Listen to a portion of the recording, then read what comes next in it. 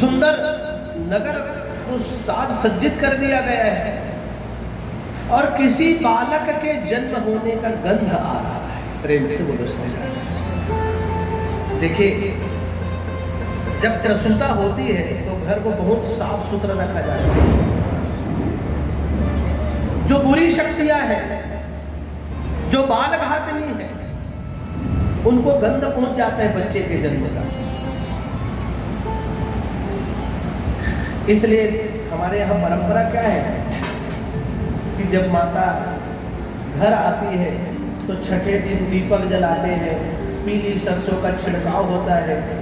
और हम कामना क्या करते हैं, छठी माई आकर के बच्चे का भाग्य लिखती है, रक्षा दीप जलाया जाता है सरसों के तेल। बड़ा सुंदर विधान है, छत्तीसगढ़ में भी ये परंपरा चलती है। पुतना के नासिका में गंध आ गया किसी बच्चे के जन्म का। पुतना के पास ऐसी शक्ति थी कि वो कुछ भी रूप बदल करके पहुंच जाती थी। राक्षसी थी। जब गोकुल पहुंची तो इतनी सुंदर रूपवती नारी बन गई जैसे मानो कोई अप्सरा हो। बोलो मां के बिहारी लाल की। देखो भाई, भगवान का जन्म हुआ है तो प्रकृति भी तो कृपा करना चाहेगी। सुंदर रूपवती का रूप बनाया मानो कोई अप्सरा है। और नगर में पता किया, ओ भाई, ओ बहन, यहाँ किसी बच्चे का जन्म हुआ है क्या?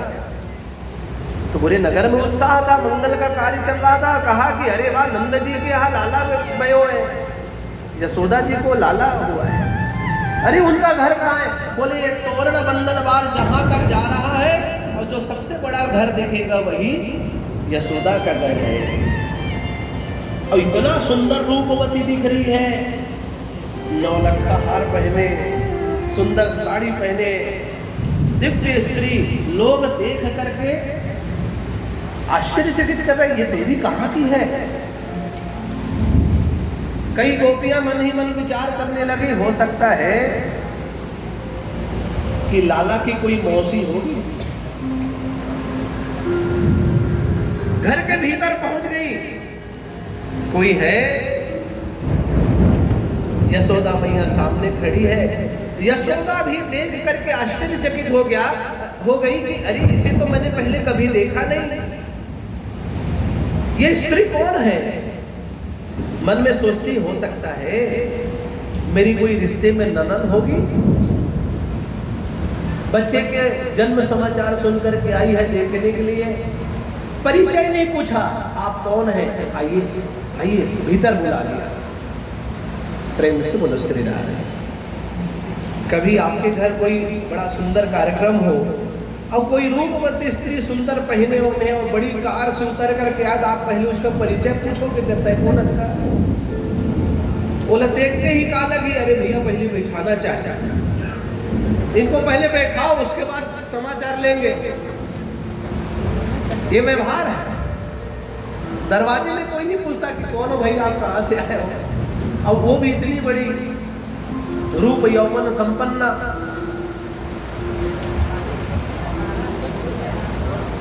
यशोदा भीतर बुला लिया, सामने लाला है, पलना पर बैठे खेल रहे लाला।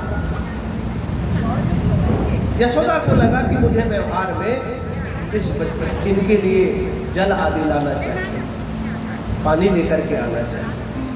भीतर गई जल लाने के लिए। इतने में पूतना ने क्या किया, सामने देखा नन्हा सा बालक को, देखने में तो बड़ा सुंदर लग रहा है, उठा लिया गोद में। पूतना कौन है? अविद्या पूतना नष्टा। अविद्या ही पूतना है। पूतना, पूत कहते पवित्र को, जो पवित्र ना हो वही पूतना है। प्रेम से समझते, पवित्र ना हो वही पूतना। और चतुर्दशी में आई है। 14 का अंक किसका बोधक है? पंच ज्ञानेन्द्रिया, पंच कर्मेंद्रिया, मन, बुद्धि, चित्त और अहंकार। इन 14 स्थानों पर वासना का स्थान माना गया है। प्रेम से बोलो श्री राम। पूतना ने अपने गोद में उठा लिया बालक, देख करके आनंद आ रहा है। ओहो, पूतना का काम क्या था? बालक हाथ नहीं, वो बच्चों को मारती थी, उसका काम नहीं था। कितना सुंदर बच्चा है। दुग्ध पान कराने लग गई, भीतर चली गई है यशोदा जल लाने के लिए, एकांत पा करके दूध पान करा रही पूतना। भगवान बाल मुकुंद दूध पान करने के पहले आंख बंद कर लीजिए। आंख बंद किया कन्हैया ने, मानो ये देखना चाह रहे हो कि ये कौन है, कौन है यह जो मुझे दूध पिला रही है। और दूध में क्या है? दूध तो अमृत का प्रतीक होता है। माँ का दूध बच्चों के लिए अमृत है, गौ का दूध हम सब के लिए अमृत है। और ये तो दूध में जहर छुपा करके आई है, कौन है? विचार करना पड़ेगा। भगवान ने आंख बंद कर दिया। आंख बंद करते ही कन्हैया देखने लगे पूर्व जन्म की बातों को। देखा तो क्या पाया? अरे ये महाराज बलि की बेटी रत्नमाला है, ये वही रत्नमाला है। भगवान विचार करने लगे, जब मैं वामन बन करके आया तो इसके मन में जिज्ञासा थी, इसे दूध पिलाना चाहिए, ये वही दूध पिलाने आई। जब मैं विराट स्वरूप धारण किया तो इसी रत्नमाला के मन में भाव आया, ऐसे बच्चे को तो दूध में जहर मिला के पिला देना चाहिए। अच्छा, इसीलिए तू जहर पिलाने आई है मेरे को। भगवान जान रहे। भगवान ने मन ही मन कहा था कि इस जन्म में ही अगले जन्म में तेरी इच्छा पूरी करूंगा। भगवान समझ गए। आओ रत्नमाला स्वागत। भगवान दूध पान करने लगे। सबसे पहले दुग्ध का पान किया। भगवान ने लाज रखी। जब दुग्ध के साथ विष निकलने लगा तो भगवान बाल मुकुंद ने फिर से आंख बंद किया। क्यों आंख बंद किया? श्रीमद् भागवत में यह लीला इतना रहस्यात्मक है बंधुओं। श्रीधर स्वामी लिखते हैं कि भगवान श्री कृष्ण ने दूसरी बार आंख इसलिए बंद किया कि पूतना पिला रही है अब जहर, और जहर को पीने वाले कौन है? देवों के देव महादेव। कालकूट भी इसको पिया था। तो हे भोलेनाथ, ये पिला रही जहर, अब मामला संभाल लेना। इसलिए भगवान भोलेनाथ का ध्यान कर रहे हैं। भगवान बाल मुकुंद ने दूध के साथ जहर पीना आरंभ कर दिया। और दूध जहर जब पिए उतने में पर्याप्त नहीं हुआ। भगवान का स्वभाव क्या है? भगवान किसी को स्वीकार नहीं करते बंधुओं। यदि वो स्वीकार करते हैं तो धन्य करने के पहले छोड़ते भी नहीं। प्रेम से बोलो श्री राम।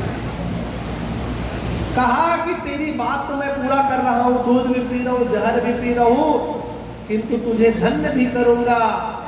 भगवान दूध जहर के साथ में पूतना के प्राणों को खींचने लगे। जैसे जैसे भगवान दूध के साथ प्राण खींचने लगे, सामंत मुंचाल में प्रभाषणी जोर जोर से चिल्लाने लगी, पूतना रे छोड़ छोड़, अलग हो जा। इतनी रूपवती पूतना अपने विशालकाय शरीर में राक्षसी के शरीर में आ गई। बोलो बाल मुकुंद भगवान की।